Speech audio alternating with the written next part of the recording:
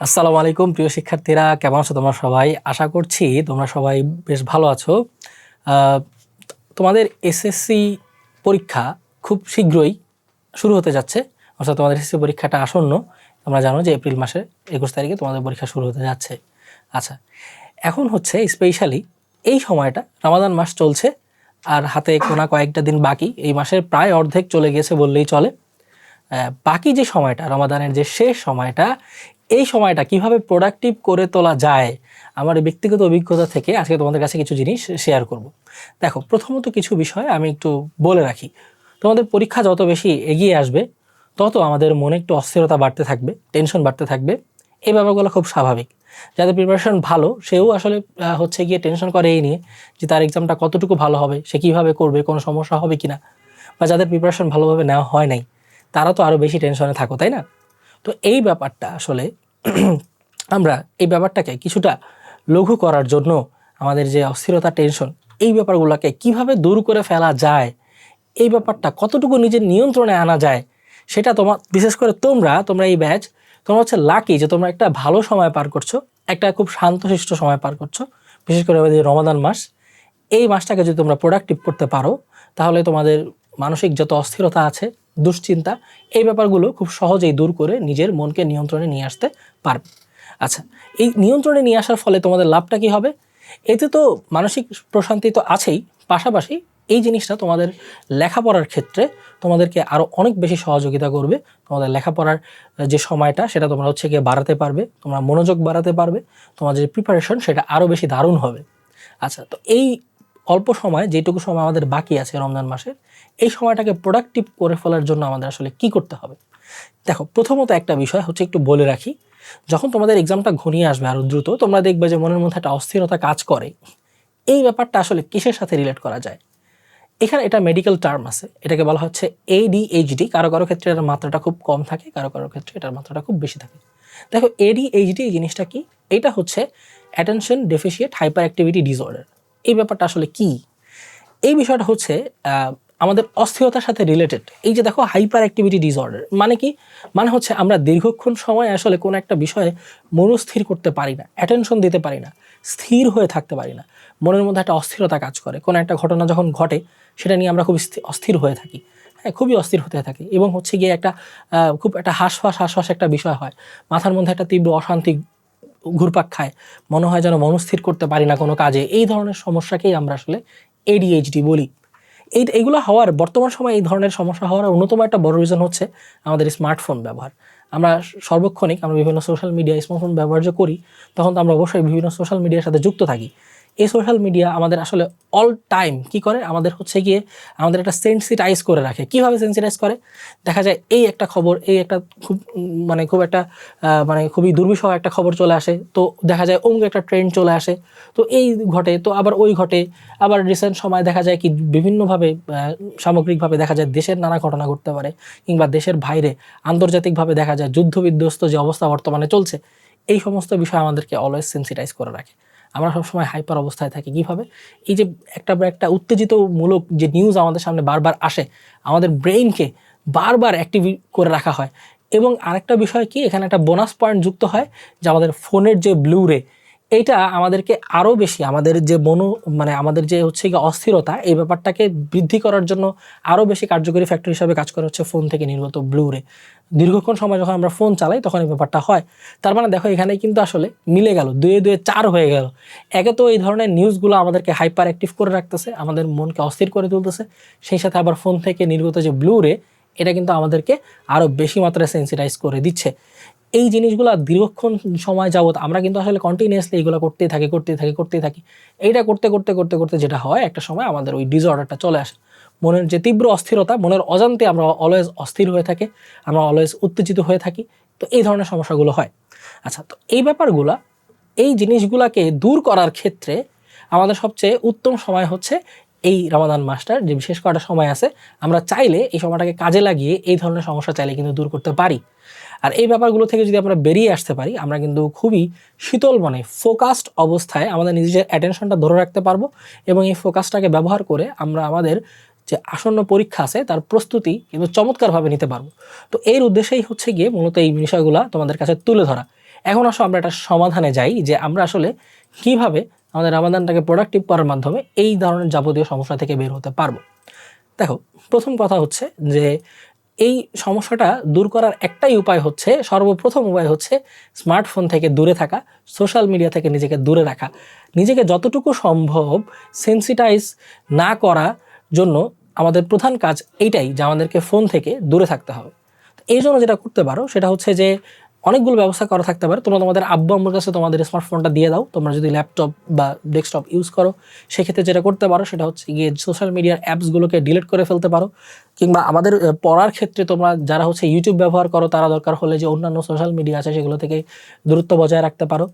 অথবা দেখা যাচ্ছে কি যে একটা নির্দিষ্ট সময় যদি যেহেতু তোমরা অনলাইনে পড়াশোনার ক্ষেত্রে হচ্ছে সময় ব্যয় করো, তাহলে যেটা করা যেতে পারে যে পড়াশোনার জন্য একটা নির্ধারিত সময় তুমি শুধু অনলাইনে কাটাবা এবং হচ্ছে অতিরিক্ত সময়টা তোমার যে স্মার্টফোনগুলো আছে সেগুলো তোমাদের আব্বু আম্মুর কাছে জমা দিয়ে রাখতে পারো।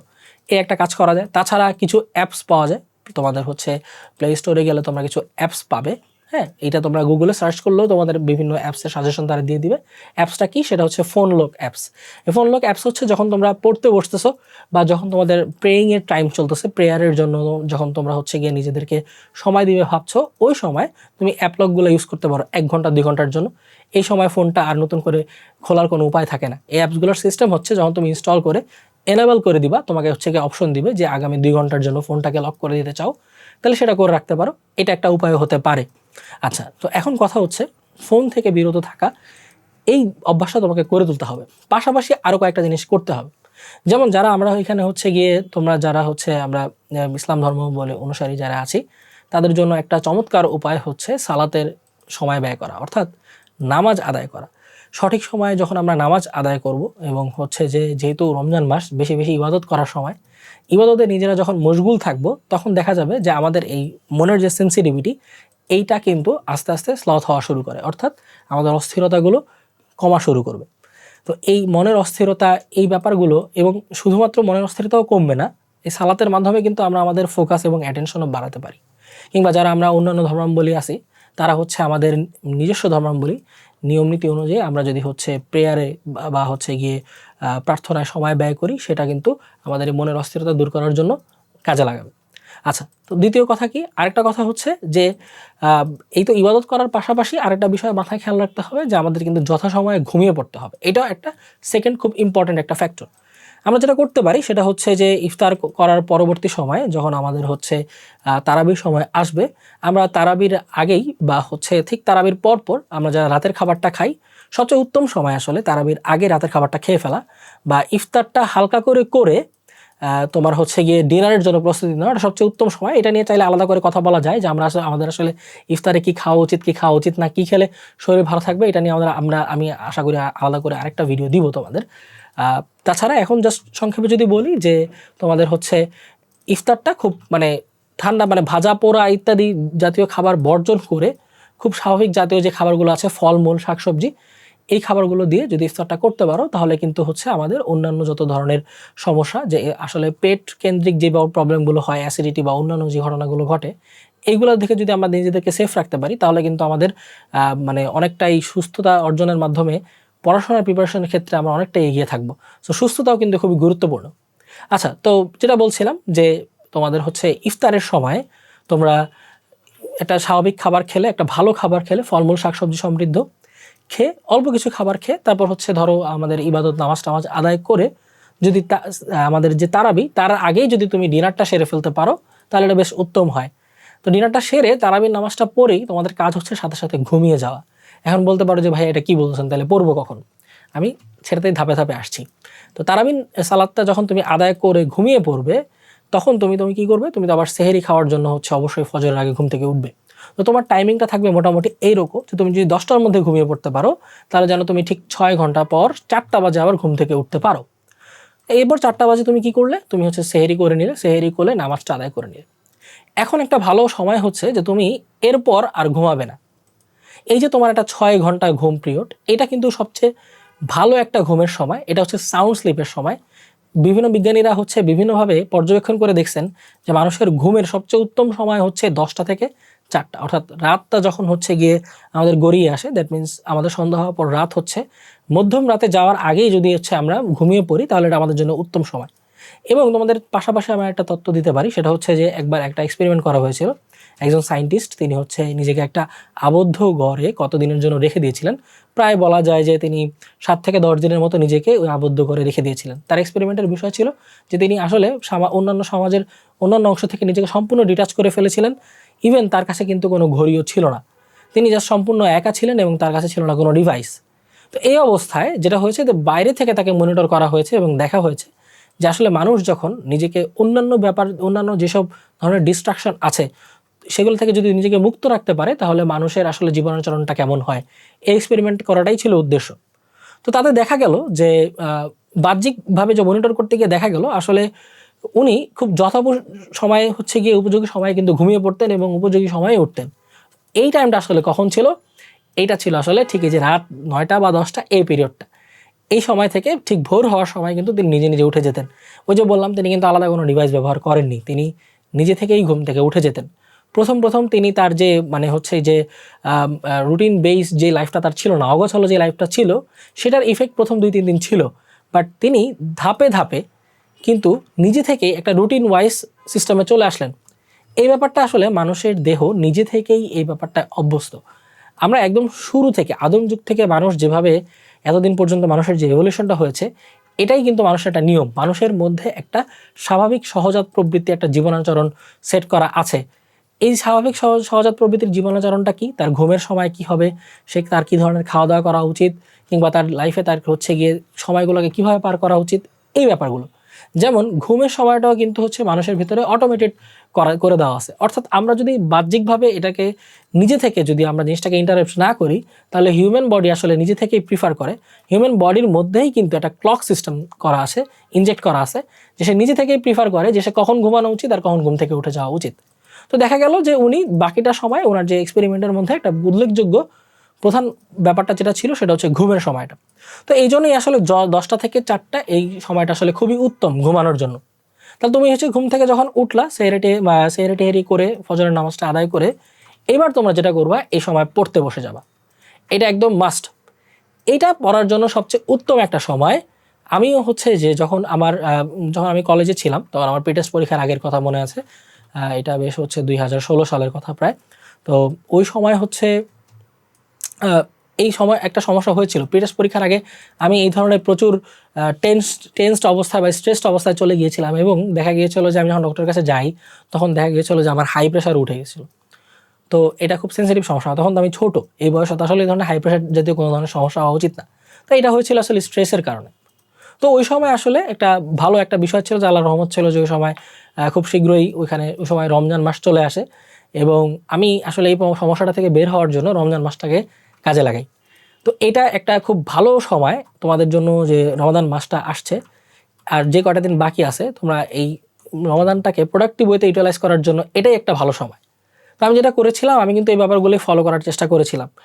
এই কাজগুলো করতে গেলে কিন্তু প্রচুর ডিস্ট্রাকশন হয়, যেহেতু আমরা এই লাইফস্টাইলে অভ্যস্ত না, তাতে কিন্তু এই সমস্যাগুলো হবেই। দেখা যাবে 1 দিন 2 দিন তুমি মেনটেন করতে পারতেছো, বাকি সময় মেনটেন করতে পারতেছো না, এটা খুব স্বাভাবিক।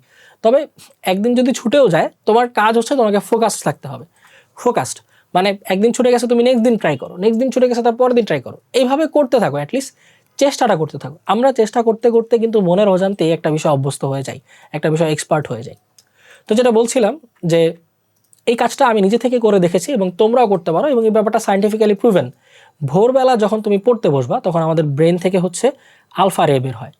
আলফা রে এটা হচ্ছে আমাদের মনকে স্থিতিশীল করার জন্য সাহায্য করে, একটা পড়া খুব ফোকাসড ওয়েতে পড়তে সাহায্য করে এবং আমাদের হচ্ছে যখন আমরা কোনো কিছু পড়বো তখন সেটা দীর্ঘক্ষণ সময় মনে রাখতেও সহযোগিতা করে এবং অল্প সময় খুব এফিসিয়েন্ট ওয়েতে বেশি পরিমাণ প্রিপারেশন নেওয়ার জন্য উপযুক্ত সময় হচ্ছে এই ভোরবেলা, যেটা হচ্ছে আমাদের ব্রেন থেকে আলফা রে নির্গত হওয়ার কারণে এই বেনিফিটগুলো আমরা পাই। তাহলে তুমি ভোরবেলা থেকে সকাল পর্যন্ত বা তোমার যতটুকু টাইম আছে তুমি 3 থেকে 4 ঘন্টা বা যদি পারো 5-6 ঘন্টাও পড়ে ফেলতে পারো। এবার যেহেতু তুমি পড়তে পড়তে একটু ক্লান্ত হয়ে গেলা, আমি ধরে নিচ্ছি যেহেতু আমাদের এখন মানে শেষ সময়ে আমরা সবাই মোটামুটি ছুটির মধ্যে আছি, তোমরা 26 ব্যাচ যারা আসো তোমাদের তো এখন আর স্কুল নাই, সো তোমরা মোটামুটি ফ্রি। তোমাদের অন্যান্য যাদের পড়ার সময় সেটা হয়তো 10টা-11টার দিকে শুরু হয়, যদি কারো থাকে অন্যান্য কোনো পড়ার কোনো নির্ধারিত স্থানে পড়ার জায়গা, বা যারা ফ্রি আসো তাদের জন্য তো আরও ভালো। তো তুমি এইভাবে 9টা 10টা পর্যন্ত যখন তুমি পড়বা, পড়ার পর তুমি একটু বিশ্রাম নাও বা অন্য কোনো কাজ করো। এরপর যখন দুপুরের সময় আসতেছে, তুমি জোহরের সালাতটা আদায় করার পর উচিত হবে তোমার একটা পাওয়ার ন্যাপ নেওয়া। একটা পাওয়ার ন্যাপটা আসলে কি? এটা হচ্ছে যে অল্প সময় একটা ঘুম দেওয়া। ধরো তুমি 1 ঘন্টার মতো একটা ঘুম দিতে পারো। এটা তোমাকে খুব মানে চমৎকারভাবে তোমার বডিটাকে চাঙ্গা করে দিবে এবং তুমি যে দীর্ঘক্ষণ সময় না খেয়ে আসো এই ব্যাপারটা তোমাকে ফিল করতেই দিবে না এবং তুমি ফ্রেশ অনুভব করবা। আসরের সময় পর্যন্ত নির্দ্বিধায় ফ্রেশ অনুভব করবা। এরপর তো ইফতার করে ফেললে তো আর সেই ব্যাপারটা থাকছে না। তো যাই হোক, এইভাবে তুমি যখন ঘুমিয়ে এরপর তোমার আসরের সময় আসবে, তুমি চাইলে সেটাকে পড়ায় ব্যয় করতে পারো কিংবা অন্যান্য ইবাদতের কাজে ব্যয় করতে পারো। যেহেতু তুমি অলরেডি একটা চমৎকার প্রোডাক্টিভ পড়াশোনা করে ফেলছো, তোমার তো আর এখানে নিয়ে টেনশন নাই। তবে যেহেতু তোমাদের সামনে খুব গুরুত্বপূর্ণ পরীক্ষা, আমি রিকমেন্ড করব যে এই সময়টাও তোমরা পড়াশোনায় ব্যয় করো। যত বেশি পড়বা তত বেশি উত্তম। তো এইভাবে হচ্ছে গিয়ে তোমরা তোমাদের একটা লাইফে এই আগামী যে অল্প কয়েকদিন আছে তার একটা লাইফ স্টাইল সেট করে ফেলো। এইটা তোমাদের, তুমি জাস্ট আজ থেকে বেশি না, যেহেতু আর অল্প কয়েকদিন আছে, তোমার হাতে যদি 2 সপ্তাহ সময় থাকে ঈদের আগে, তুমি এই 2 সপ্তাহের মধ্যে তুমি দেখবা যে খুব একটা ড্রাস্টিক্যাল চেঞ্জ চলে আসছে, একটা চমৎকার একটা চেঞ্জ চলে আসছে, যেটা তুমি নিজেও ফিল করতে পারবা।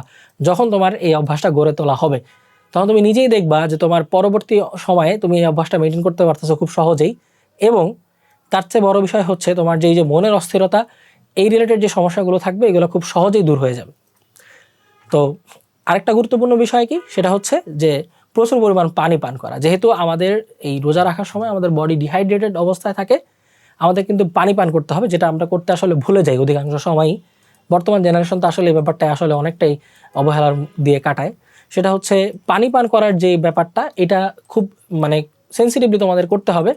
সেটা তোমার হচ্ছে যখন তুমি ইফতারের সময় খাচ্ছ তখন চেষ্টা করবা যে ইফতারের যে খাবারটা, ভারী খাবারটা, সেটা খাওয়ার আগেই যথেষ্ট পরিমাণ পানি পান করে নিতে। এবং খাওয়ার সাথে সাথেই কিন্তু পানি পান করা যাবে না। তোমার খাওয়াটা শেষ হওয়ার পর কিছুক্ষণ তুমি একটু ওয়েট করবে, 20 থেকে 30 মিনিট বা 15 মিনিট যদি ওয়েট করতে পারো তাও ভালো করে, দেন তুমি এবার পানিটা খাও। কারণ এর মধ্যবর্তী সময় দেখা যায় আমরা হঠাৎ করে ভারী খাবার খাই, এর মাঝে দিয়ে যদি পানি আমরা খেয়ে ফেলি তাহলে সম্ভাবনা থাকে যে তোমরা জানো যে পাকস্থলী থেকে অ্যাসিড নির্গত হয়, সেই অ্যাসিডটা নির্গত হয়ে আমাদের কিন্তু অ্যাসিডের সমস্যা তৈরি করতে পারে। অতিরিক্ত পরিমাণ অ্যাসিড নির্গত হবে যদি আমরা খাবারের মাঝখানে অতিরিক্ত পরিমাণ পানি খাই। পানি খেতে হবে বেশি বেশি, তবে একটু নিয়মটা মেনটেন করতে হবে। এরপরে তুমি বাদ বাকি যতটুকু সময় আছে সাহারির আগ পর্যন্ত তুমি যতক্ষণ জেগে থাকবা, তুমি বেশি বেশি পানি পান করবা, কিছুক্ষণ পরপরই পানি পান করবা, তোমার বডিটাকে হাইড্রেটেড রাখবা। ওকে, দেন সাহারিতেও একইভাবে সাহারি খাওয়ার আগে বেশ কয়টা পানি যদি তুমি বেশ কিছু পরিমাণ পানি যদি তুমি খেয়ে ফেলতে পারো, 1 থেকে 2 গ্লাস, তাহলে তোমার বডিটা সারাদিনের জন্য হাইড্রেটেড থাকলো। তাহলে এইভাবে কিছু খুঁটিনাটি জিনিস মেনটেন করে তুমি তোমার বডিটাকে সুস্থ রাখার মাধ্যমে এবং তোমার মনকে স্থির করার মাধ্যমে তুমি আগামী কয়েকদিন চমৎকার এফিশিয়েন্টলি প্রিপারেশন নিতে পারবা তোমার আসন্ন পরীক্ষার জন্য। তাহলে তোমাদের সবার জন্য শুভকামনা, ভালো থাকো সবাই, আল্লাহ হাফেজ।